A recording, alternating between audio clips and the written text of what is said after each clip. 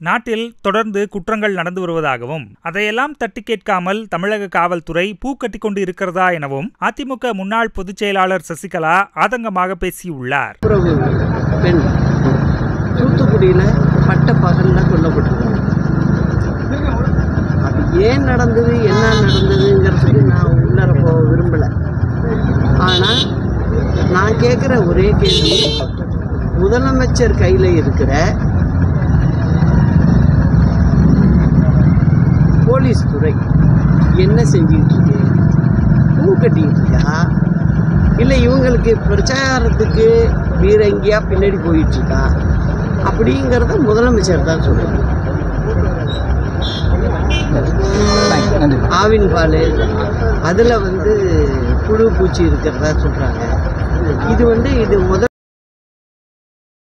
செய்திகளை உள்ளது உள்ளபடி தெரிந்து கொள்ள ரெஃப்ளெக்ட் நியூஸை சப்ஸ்கிரைப் பண்ணுங்க.